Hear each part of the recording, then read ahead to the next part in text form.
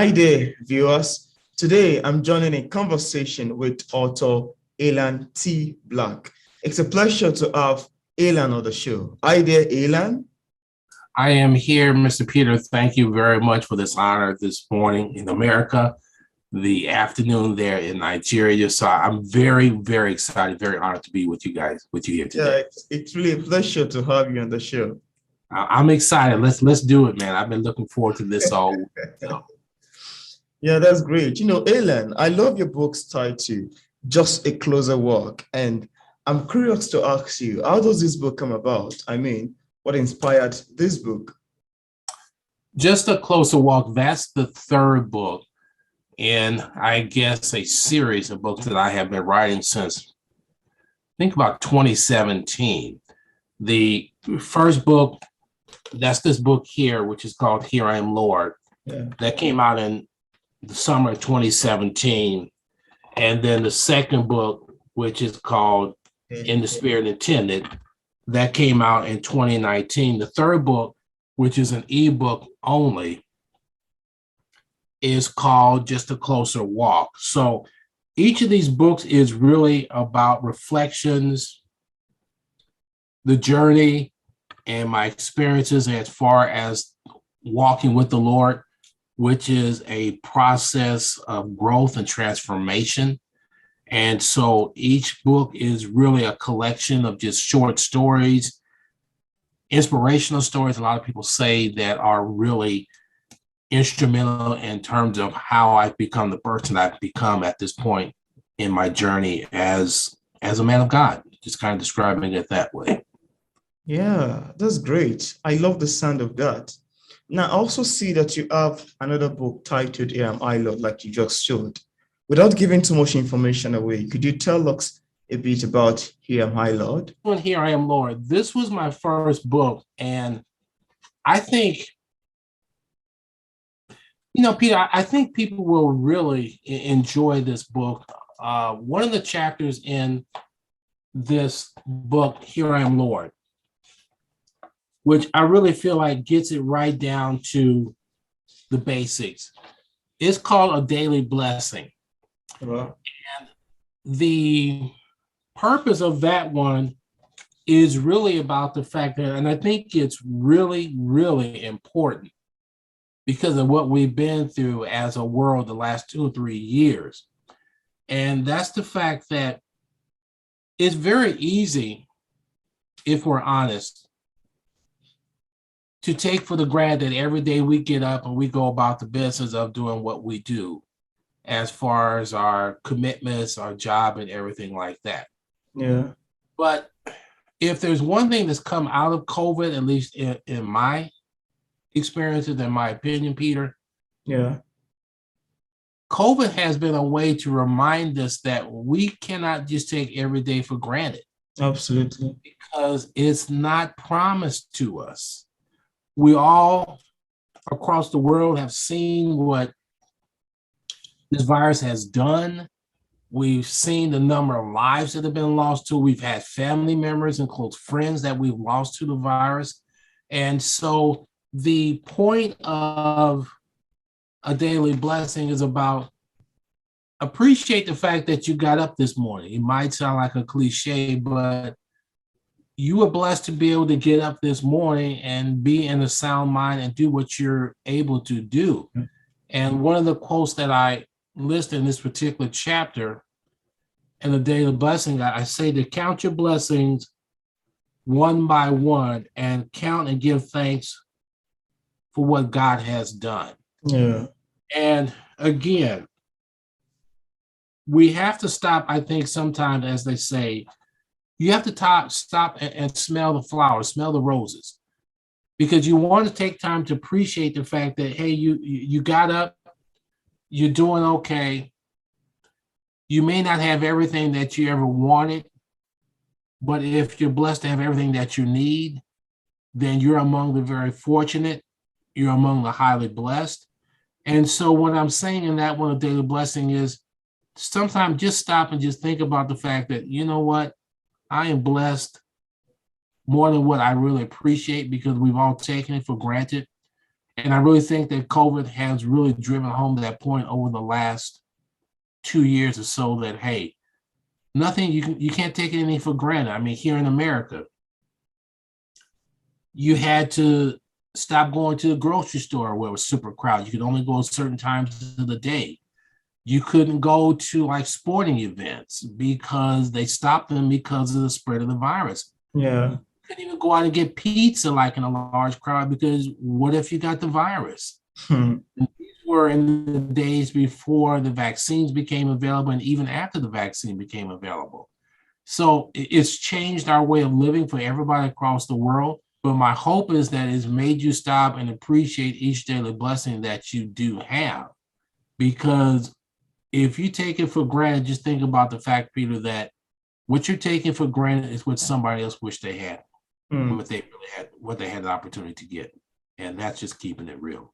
Yeah, I love the sound of that. That sounds like a very deep and intriguing, topic on itself and theme to talk about because the issue with coronavirus is becoming quite, terrible and unbearable, very saddening. The effect, the drastic loss, the impact it's had on the community, on humanity, and everything is Yes, just so terrible and beyond description. So that itself, it's something to talk about. it is because, again, we all have family members that we have lost, close friends. I think for me, it became real when one of my former students about 2 years ago was diagnosed with the virus. This is Wow. before the vaccine came out. Wow. And Peter, he posted on Facebook like one Tuesday night. He had the virus. He was doing so. And Thursday morning, he was gone, just Wow. like that. And then his mother passed away from the virus a day after that. And I was like, oh my gosh, that hit me like a ton of bricks. Everybody in my city here where I live knew the young man and his mother, and we were all just devastated because that's when it really became real, like, wow, this is no joke. This is really, really happening. And so we all have been in that position where we've seen people that we knew or worked with or went to school with, and they got the virus and some of them didn't make it. I've got one friend who got the virus and he still periodically suffers from what they call brain fog, where he'll be driving somewhere and he'll get to a stoplight and he can't remember where he lives. Wow. He's going and he'd have to pull over the side of the road till it was kind of clear because Wow. he didn't even know where he was at. And I was like, that's scary. I mean, you think you're driving somewhere and you're halfway there and then you forget where you're going, or you don't even know where you live. But Wow. these are real things happening. So that's why I say it's really important for us to really just appreciate each and every day because we can't take it for granted. It's not promised to us. Wow, that sounds very breathtaking. I'd love to use the word breathtaking. So I really began that back in the 1970s. I have been a lyricist and I've written and collaborated in all kind of different genres, from R&B to pop to like jazz pop, even branching out into gospel. Gospel was really my origins as far as my writing for being a lyricist. And over the last 3 or 4 years, kind of branched over into country as well. So just to kind of experiment with that. That's really where my whole writing is really, that's the root of it as far as everything else is concerned. That actually sounds very interesting. I'm excited to know about that.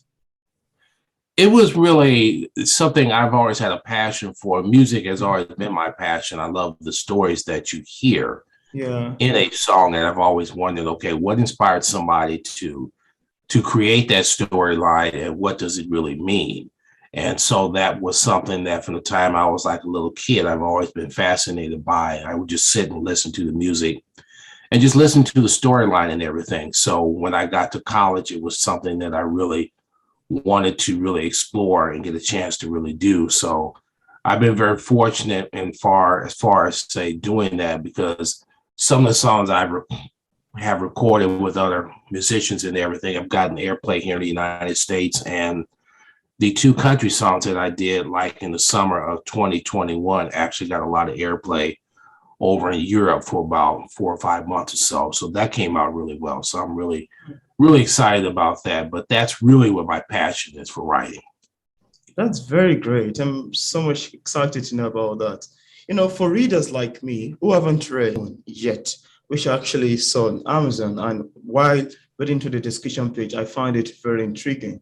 Without giving much information away, could we have a sneak of what we'd expect picking up the book? Well, the first book, Here I Am, Lord, that's this book here. Yeah. My writing style, to be honest with you, is very, very down to earth.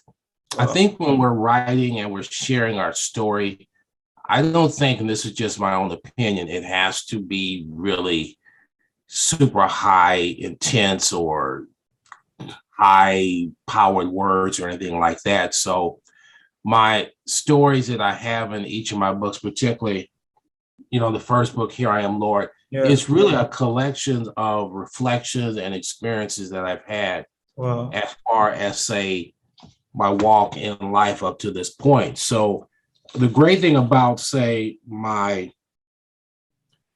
chapters is that in each book, this is the first book, I've written 3 altogether.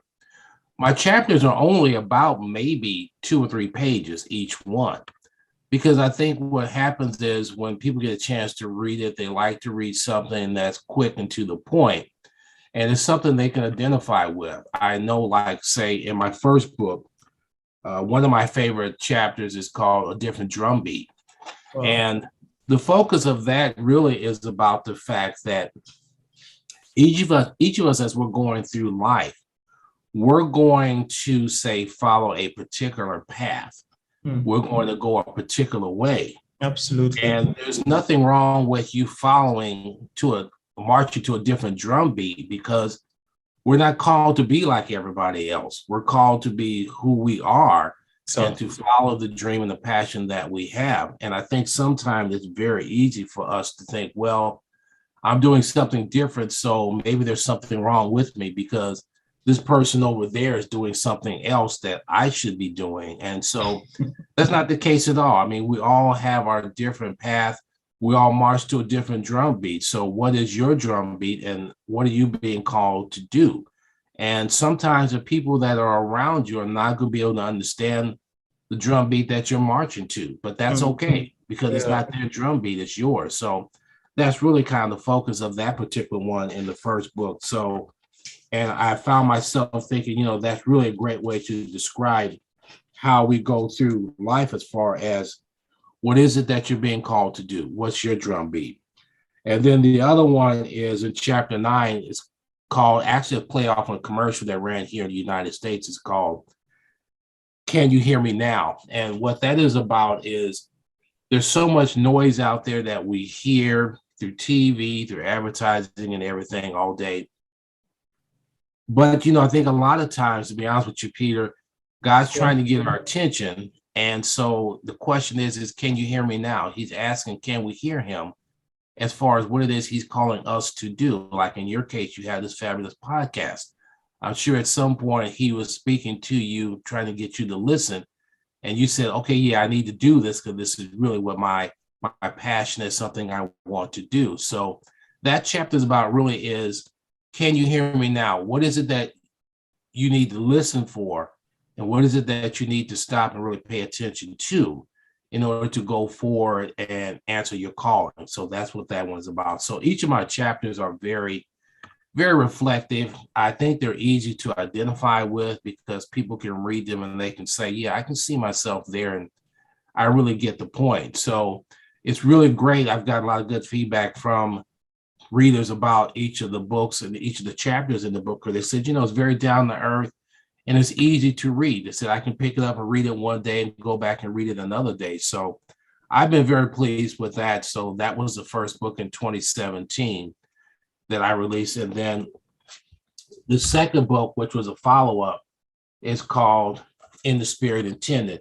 And it's really, Peter, just a continuation of the first book as far as different topics and everything like that. In the second book, I think one of my favorite chapters is called in chapter 2 is called a square peg. And a square peg is really just about, okay, we're not being called to fit in with everybody else. We're being called to stand out. And so you cannot be a square peg and fit into a round hole because that's not where you belong. Absolutely. You are a square peg for a reason because your purpose and what your plan of action is not going to allow you to fit in with everybody else. And there's nothing wrong with not fitting in because in the end, it's not really about how we fit in. It's about how we stand out. How do we impact the people around us, our community? And how do we leave a legacy about what it is we've been called to do and how we answered that call? So that's kind of like a summation of what a square peg is in the second book, In the Spirit Intended. I'm very excited because with this particular book in July of 2019, I'm very excited to say that I actually was recognized as the best-selling author on Amazon in July of 2019. So that's inspired me to continue to keep writing and everything. So there's a lot that I need to get out. And so for me, writing is a way of expressing myself and sharing what it is that I've been through. And then hopefully it's a way to really kind of be able to inspire others to kind of sit back and think about their own lives and say, okay, yeah, I can identify with that. So what is it that I need to be doing different? Or what is it that I need to do as far as answering my particular call? And I need to say congratulations for being recognized as a best-selling author. Thank you very much. Thank you very much. It's one of the beauty of most authors. Everybody wants such kind of title, and I'm happy for you. Now, I want to ask you, how do you develop passion to write a Christian literature? Do you have an author or a particular book that inspires you? I really don't have an author as such who inspired me. I can honestly say that the writing of Christian literature was really not something I had planned to do. Okay. I was still cruising along doing my music. And then in 2015, it really became a situation, Peter, where God just began to speak to my heart and say he had something new for me to do. And so I just kind of started following his lead and just kind of started writing the material for the first book. And just kind of kept writing and writing and writing based on what the Holy Spirit was telling me to do. I can actually share with you and the audience that it was not something I planned to do, to be perfectly honest with you. I had no intention of becoming a Christian author, but it just goes to show that whatever plan it is that we have, it does not necessarily mean that that's what God has in store for you. So he took me in a whole new direction. He's continued to take me in a whole new direction that I really had no intentions of going into, but it just goes to show that he knows what's best for us. So absolutely. 2017 was the first book, Here I Am, Lord. And then the second book, of course, was in 2019, which is In the Spirit Intended. And about a month ago, I released my third book, which is an ebook, which is called Just a Closer Walk. So it's like part 3 of these kind of reflections, like in the journal style and everything. So that one's doing pretty well as well. This is an ebook. So I just decided to do for book 3, just do an ebook because more people are really just downloading books to their tablets or to their phone and just kind of reading on the go. So there aren't as many people sitting down and reading an actual book, because sometimes they just don't have the time. They just say, well, let me just download it to my phone and then absolutely. Boom, I'll just do it that way, or to my tablet, or to my whatever the case may be. That's just where we are right now as far as technology. So I kind of went that direction for book 3. I said, well, let me just kind of do an ebook for this one and just see how this works out. So that's great. And the whole sounds quite amazingly. Now, for readers like me who haven't read In the Spirit Intended yet, without giving much information, could we have a sneak of what you had expect picking up In the Spirit Intended? Yes, absolutely. I think In the Spirit Intended, I like this particular book. It's kind of hard to say which of the 3 I like best because all 3 of them are definitely. I understand. They're all 3. They're for me. So absolutely. And I would say that what you're going to get out of this is just some really down to earth material that you're going to read that you can really incorporate into your life. Wow. Again, I'll just read you like a little bit from A Square Peg. I'll read you 2 chapters. This is the chapter I was talking about just a few minutes ago. Okay. It says, a square peg. I have to admit, in looking over the course of my life, I have been that square peg. Truth be told, on many an occasion, I tried to fit in. At times, I was successful, and at other times, I came up a little bit short.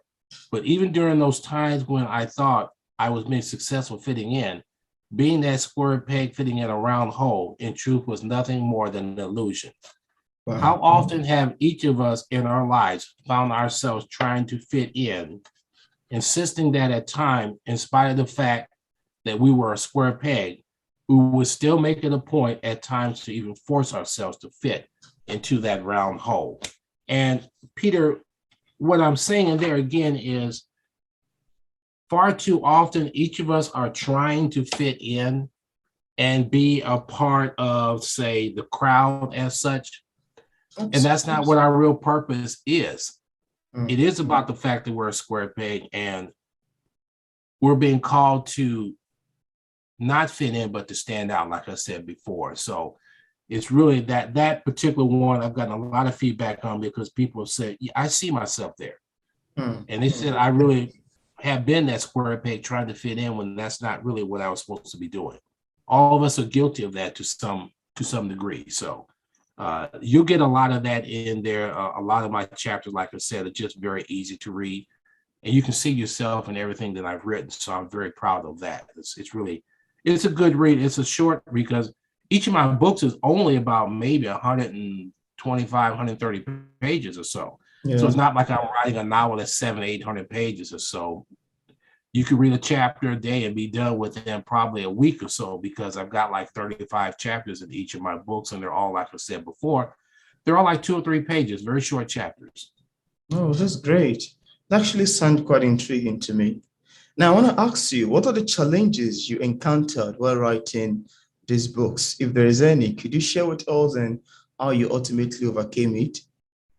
I think the challenges is going to be, when do you designate your time to write?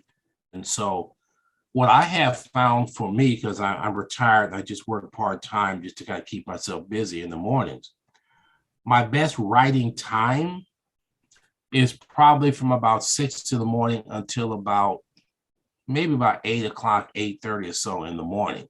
Oh. I think it's easier for me to do it at that time because my mind is fresh. Yeah. And even though my part-time job is slow enough that I can write, I'm not a person who writes, say, in the middle of the day or in the evening, because all of us are so busy at that time of the day. It's kind of really hard to stop and block everything out and then actually just write. So that was probably for me the biggest challenge, is just to decide what's going to be my writing period.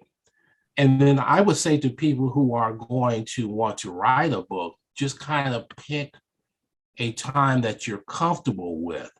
Absolutely. And to just kind of do it there. And Peter, the aspect of writing in 2022 is totally different because I do mine like on my desktop, but that does not necessarily mean that's the only way to do it, because we've got our phone now. So absolutely, you have a lot of authors who are basically just taking their phone and they might just record a few things in their phone on a daily basis and do it that way. So you have so many different options as far as how you want to gather and collect that which you write. So I've encouraged people here that I talk with, I said, well, you don't have to sit down and write on your desktop or do something as far as, say, your tablet or your other types of computers. Yeah. Just do it in your phone. Yeah. I was encouraging one of my friends from high school, and he kept thinking, I don't have time to write. I said, well, he drives around all day picking up medical patients. I said, well, just have your phone on, and when you're in between picking up patients, you have thoughts, just speak those things into your phone and just collect them. And over a period of time, then you have enough to create a book. And another thing too, Peter, is a book is not necessarily intended to be 500-600 pages. It can be, but it's not really about the number of pages. This is just my opinion. It's about the content that the content, the information. It's the information. I have one of my former students has actually written 2 books, and hers are children's books. Each of her books are like 20, 22 pages or so, with illustrations and everything, because she geared them toward little girls. Well, that's a perfect example of the fact that your book is not required to be 500-600 pages. It could be 20 pages. It could be 25, 30 pages. It does not matter. What's the content that you're creating, and what's the quality of what it is you're being called to share? Yeah. So I would encourage people who are looking at writing, like I said, find the method that works best for you to collect your material, and don't get hung up on the fact that it's not 300 or 400 pages long. If it's 10 or 15 pages and it's good content, people are going to enjoy it, because that's really what they're looking for. What can they get out of it that's going to speak to their lives? Yeah. Yeah, I love that. And concerning the thought of using phone, I would love to say that all the books I've written so far, I start them on my phone. I would just, start it over here. Then it got to a point I will now transfer it to my laptop, and that's why I do the finishing job. So I can agree with you. And it seems very easy, fine, comfortable. You can do it at any time. Anytime. Yeah. It's so much easier now. I mean, back in the dark ages when I was in my 20s, well, you had to sit down on an old school typewriter. Yeah. And that would take forever to do. Well, now because of technology, you're doing it on the phone, you're recording it on the phone. And like I said, you can record a little bit every day. If somebody did that over a course of 30 days or so, they would be shocked when they got through and went back and tried to put a cap on everything they have. They would have quite a collection of material that can be turned into a book. Absolutely. And so that, again, it's all about not working harder as such. It's about working smarter. Yeah. That's really what it comes down to more than anything else. Yeah, I love that. Thank you so much for adding that. Now, could you tell us what publishing is like for a published author like yourself? What are the challenges you've encountered in terms of marketing your book? And what are the mediums you've utilized so far in terms of promoting your books? Publishing is really different in 2022 than it was, say, 10 years ago. Yeah. I think one of the great things about the publishing field now is the fact that we have the opportunity to go the route of self-publishing. Absolutely. That has really changed everything. It's opened up avenues that were not there, say, 20 years ago. Because before, you would create a manuscript, you would submit it to a publisher. You might go back and forth with them as far as, do they like it? Do they want you to rewrite it?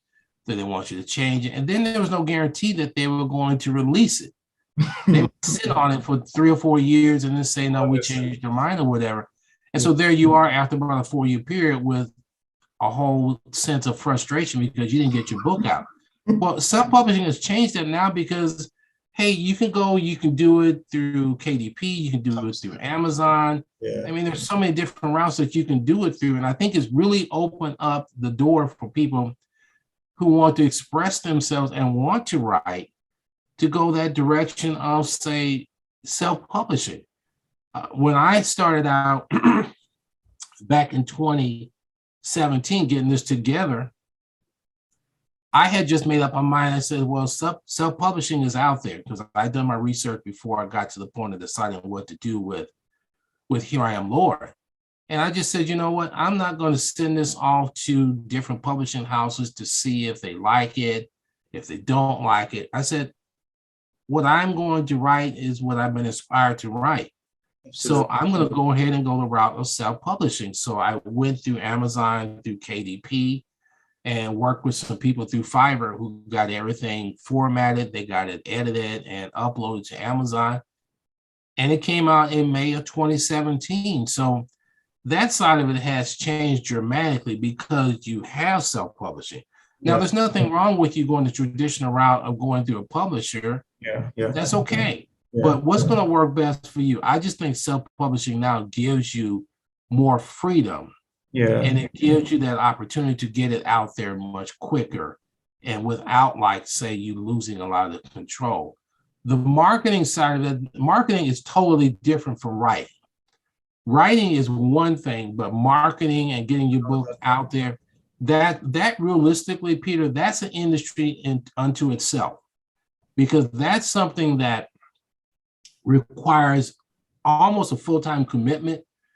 I spend each morning going through different things online, looking for things. I was blessed to be able to find you and Black Authors Network for us to connect and to do interviews Yeah. like this. So marketing is different. You have to decide, how are you going to do this? You also have to say, okay, is it something that I'm good at, or do I need to outsource this? Because there are people whose specialty is marketing.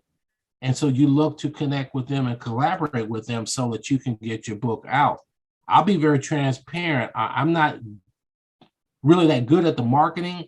I love doing the interviews because I love sharing my story and everything. But the social media piece, as far as the TikTok and Instagram and the Facebook and Pinterest and stuff like that, that's out of my league. So what I did was I went through Fiverr. I've done that over the last 3 or 4 weeks or so.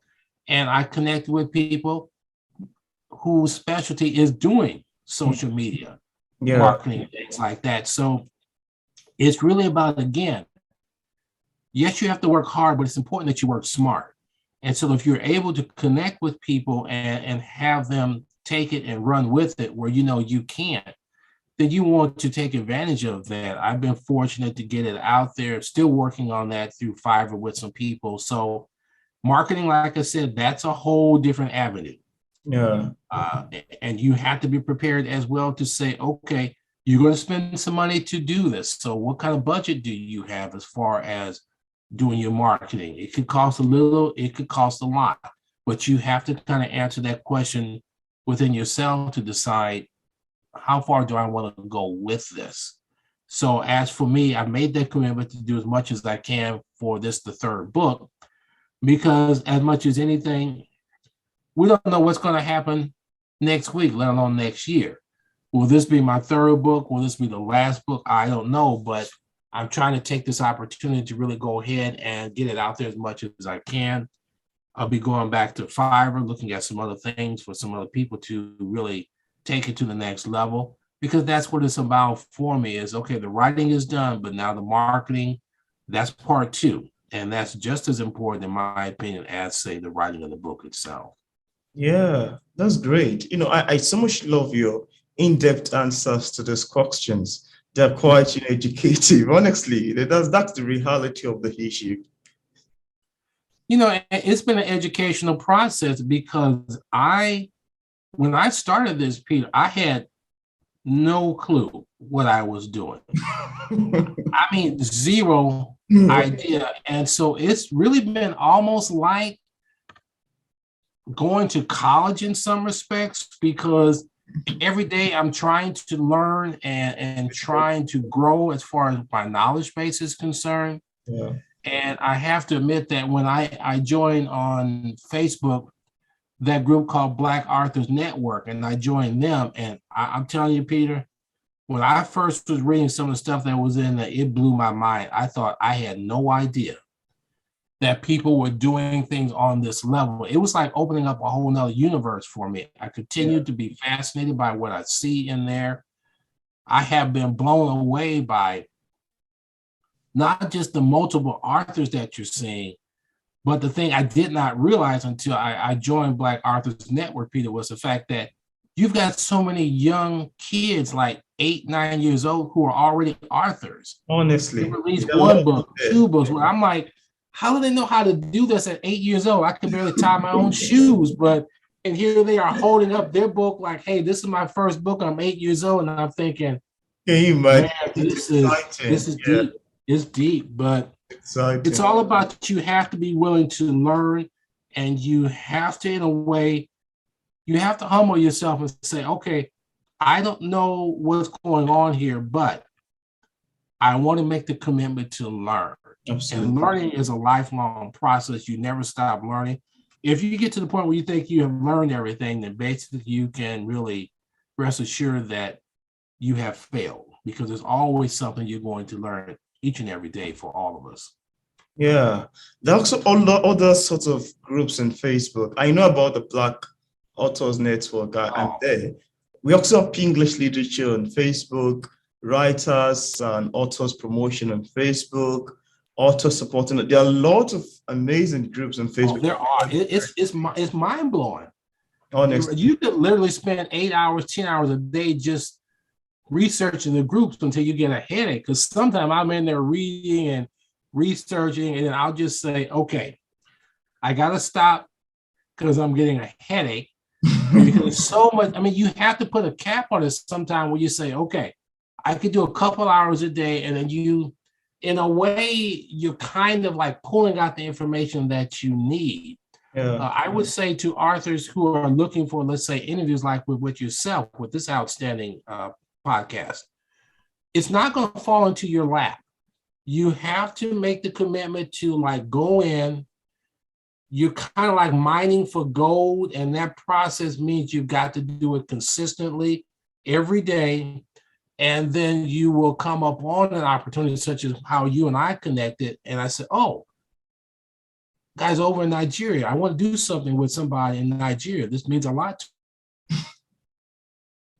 me. But it's not something that fell in my lap. It was really something where I had to be very, very diligent and continue my research to network. Your growth as far as being an author or anything in life is about networking and collaboration. Those are two words that are really going to have a huge impact on the level of success that you want to obtain and how high you really want to go. Yeah. Yeah, that's very, very true. I love your answer to that. Now, I want to ask you, is there anything that you'd love to share with the viewers about your book that I did not mention in my interview, and you'd love the viewers to know? I would just say to the listeners that in picking up my books, all three books, well, the first two books can be paperback or it can be ebook, and they can go to my website, which is alantblack.com. That's ALANTBLACK.com. The information all through. My books are very down to earth. They're very practical. They're an easy read, and with each of the chapters, I think you can see yourself. Chapters, it's easy to identify what I have written. And I would say to those who are looking to maybe become a writer, but they're hesitant, but they don't think they have what it takes to do it, I would say to them, Peter, don't overthink it. Because of where we are in 2022, because of technology where you can just record your content on your phone. Yeah. And do it that way. I also want to ask you, what sort of advice do you have for other writers who are still struggling to publish in a book like yours? As a published author, what would you tell people in this category who are still struggling to produce in a book like yours? Peter, the first thing I'm going to say is don't let the struggle get you to the point where you throw in the towel and you say, I can't do this. I think what's important is that, number one, you commit to making this happen and getting it done. Okay. Number two, don't let pride keep you from asking for help. Absolutely. That's really one of the big things that I had to deal with was, okay, how am I going to do this? How's it going to look if I ask for help? And so I would say, be willing to reach out, because there is strength in numbers.